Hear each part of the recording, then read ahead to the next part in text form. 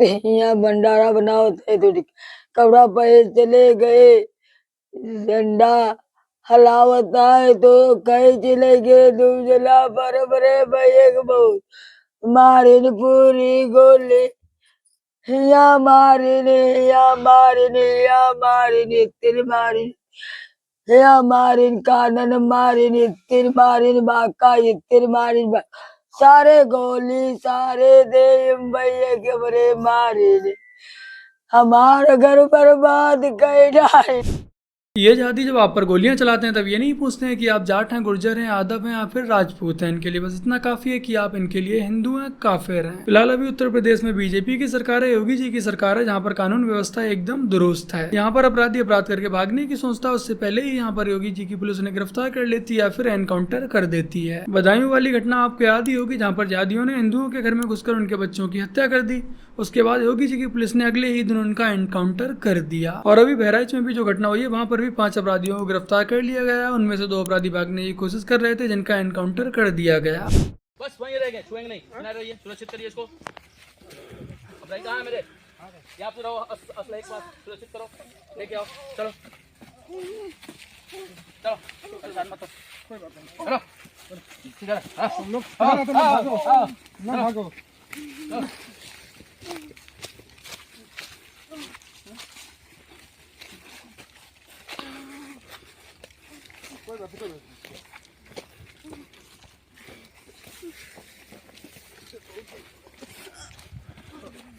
नहीं भागना चाहिए, गलत काम कर रहे हो तुम, पुलिस के ऊपर हमला कर रहे हो। हम लोग देखो तो गलती नहीं करेंगे, कभी गलती नहीं करेंगे। क्यों गोली चला दी है पुलिस के ऊपर? सर हम लोग भागना चाह रहे थे कि फायर करके निकल गलत है ना, गलती वहाँ की। अपराध करो फिर दूसरी अपराध कर रहे हो।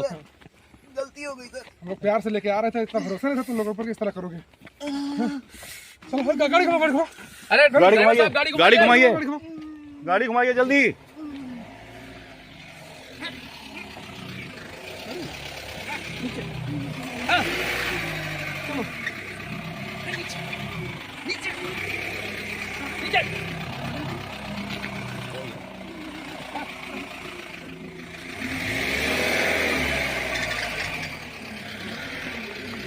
लेकिन ये जो एनकाउंटर हुआ है इसमें गोलियां इन दोनों के पैरों पर ही लगी हैं। गोलियां पैरों पर लगने की जगह पर कहीं और पर लगी होती तो ज्यादा अच्छा होता इनके लिए भी और हमारे समाज के लिए भी। इन्हें 72 उम्रें मिल जाती और हमारे समाज में भी थोड़ी सी साफ सफाई दिवाली के समय पर हो ही जाती। खैर इस एनकाउंटर के बाद जो होना था वही हुआ। जैसे ही इन अपराधियों के गोली लगी उसके बाद से ही बहुत से लोगों के अंग विशेष में दर्द उठने लगी। और बहरहाल एनकाउंटर पर असदुद्दीन ओवैसी ने सवाल उठा दिए।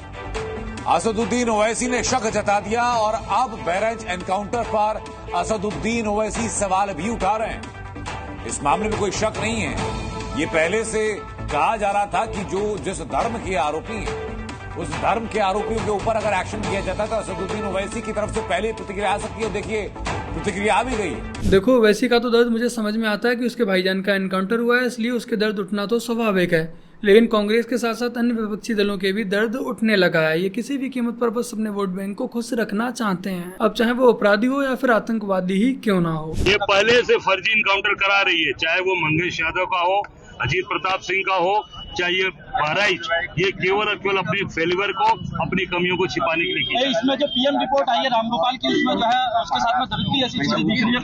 देखिए जो भी मैं कहता हूँ क्या कैसे उखड़े, पूरी सरकार फेल है, सरकार ने कोई इंतजाम नहीं किया। ये थे कांग्रेस के नेता अजय राय। इनके अकॉर्डिंग ये जो एनकाउंटर हुआ है ये गलत हुआ है, फेक हुआ है। उनकी आरती उतारनी चाहिए थी, फूल मालाओं के साथ उनका स्वागत करना चाहिए था। उत्तर प्रदेश में फर्जी एनकाउंटरों की एक लिस्ट है, चाहे वो विकास दुबे हो, चाहे अभी वो यादव जी का हो। अब इस तरह की बातें इन गाली वाली आंटी के अकॉर्डिंग कानून व्यवस्था तब सही रहती जब इन अपराधियों की गोली नहीं मारी जाती, इनका एनकाउंटर नहीं किया जाता। लेकिन जिन मजहबी अपराधियों ने उपद्रव मचाया, पत्थरबाजी की, गोलियां चलाई और उन पर कोई कार्रवाई करता है तो फिर कानून व्यवस्था अस्त व्यस्त हो जाती है। आम लोग जानते हैं, आम लोग ये बात जानते हैं, और आप तो पत्रकार लोग हैं, बुद्धिजीवी हैं, और पड़ोसी जिले का मामला है। आप मुझसे बेहतर जानते होंगे कि ये घटना हुई नहीं है, घटना कराई गई है, और कराई गई के लिए दोषी कौन होगा। ये जितने भी इनकाउंटर हो रहे हैं, इनकाउंटर नहीं है, ये हत्या हो रही है। देखो कांग्रेस से लेकर अन्य जितने भी विपक्षी दल हैं, इन सभी का एक बहुत बड़ा वोट बैंक है जो कि है मुस्लिम समाज, और इसीलिए सारे के सारे इन एनकाउंटर्स को फेक बताने पर लगे हुए हैं। इनका कहना है कि उत्तर प्रदेश में जितने भी एनकाउंटर किए जा रहे हैं ये फेक एनकाउंटर हैं, जानबूझकर मुसलमानों को ही टारगेट किया जा रहा है। इन सभी को अपराधियों में भी धर्म व जातियां नजर आ जाती हैं। फिलहाल इस सब पर आप लोगों को सुधीर चौधरी की इस रिपोर्ट को पूरा अवश्य देखना चाहिए। आज जब हमारे देश के नेताओं ने पुलिस एनकाउंटर को भी धर्म और जातियों में बांट दिया है, तब आपको ये आंकड़े जरूर याद रखने चाहिए। वर्ष 2017 से अप्रैल 2023 के बीच मुख्यमंत्री योगी आदित्यनाथ की सरकार में उत्तर प्रदेश में छोटे बड़े कुल मिलाकर 10,900 एनकाउंटर्स हुए, जिनमें 23,300 अपराधियों की गिरफ्तारी हुई और कुल 183 अपराधी इन एनकाउंटर्स में मारे गए। इनमें भी 120 अपराधी यानी 66% अपराधी हिंदू थे और 61 अपराधी यानी 33% अपराधी मुसलमान थे। मारे गए अपराधियों का मैं ब्रेकअप आपको दे रहा हूं धर्म के हिसाब से। हालांकि ऐसा होना नहीं चाहिए, अपराधी तो अपराधी ही होता है, उसका क्या धर्म देखना और उसकी क्या जाति देखनी।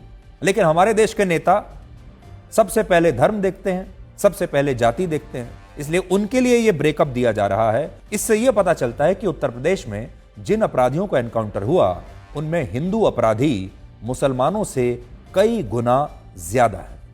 इसके अलावा अगर हम इन अपराधियों की जातियों को देखें तो 18 अपराधी ब्राह्मण थे, 16 अपराधी ठाकुर थे, 15 अपराधी जाट और गुर्जर समाज से थे, 14 यादव थे, 13 दलित थे, 3 आदिवासी थे, 7 ओबीसी थे और 2 अपराधी सिख समुदाय से थे। अगर आज इन जैसे असामाजिक तत्वों का एनकाउंटर नहीं किया जाएगा तो ये जेल से जमानत पर बाहर आकर फिर से समाज में गंदगी ही फैलाना स्टार्ट कर देंगे।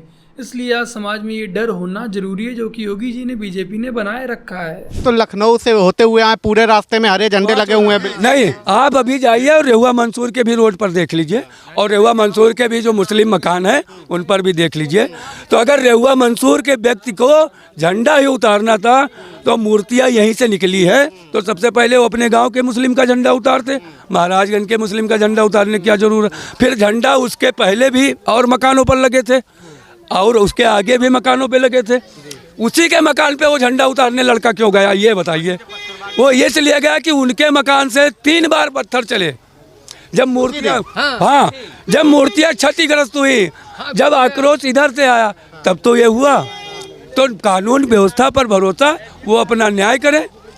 जिस मुस्लिम घर से लगातार 3 बार पत्थर बरसाए गए थे, दुर्गा माता की प्रतिमा का हाथ टूट गया था, तब जाकर रामगोपाल भाई ने उस घर पर चढ़कर झंडा चेंज किया था। लेकिन आज जिहादियों के द्वारा, जयचंदों के द्वारा उसे ही गुनहगार बताया जा रहा है कि उसने झंडा उतारा था इसीलिए उसे मार दिया गया और ये बिल्कुल ही सही किया। ये इस बात को सही साबित करने पर लगे हुए हैं। आप सभी को अपनी स्क्रीन पर 3 ट्वीट दिख रहे होंगे। पहला और लास्ट वाला जिहादियों का है, उसे हम लोग छोड़ देते हैं, उनकी सड़ी हुई मानसिकता का कोई उपाय नहीं है। लेकिन बीच में आप जो ट्वीट देख रहे हैं ये एक दल्ले का है जो नाम का तो हिंदू है लेकिन शायद हलाला की ही उपज लगता है। ये अपने ट्वीट में लिख रहा है, सच ये है कि भारतीय कानून इसे कभी भी सजा नहीं देता, जबकि ये आदमी और भीड़ खुलेआम इस देश के संविधान को कुचल रहा है। संविधान का राज होता तो ये गुंडा किसी समाज को अपमानित ना करता, ना आज इसकी जान जाती। जहाँ न्याय नहीं होता है वह न्याय अपने बदरूप रास्तों से निकलता है। ये रामगोपाल की हत्या को खुलकर सही ठहरा रहा है। इसके अकॉर्डिंग अगर कोई व्यक्ति झंडा उतारता है तो उसकी हत्या करना बिल्कुल ही उचित है। लेकिन यदि हमारे देश में हर जगह ऐसे ही न्याय दिया जाए, फिर हमारे देश में अदालतों की क्या जरूरत है, फिर हमारे देश में संविधान की क्या जरूरत है। कल को झंडा तो वापस आ जाएगा, बट क्या रामगोपाल वापस आ पाएगा?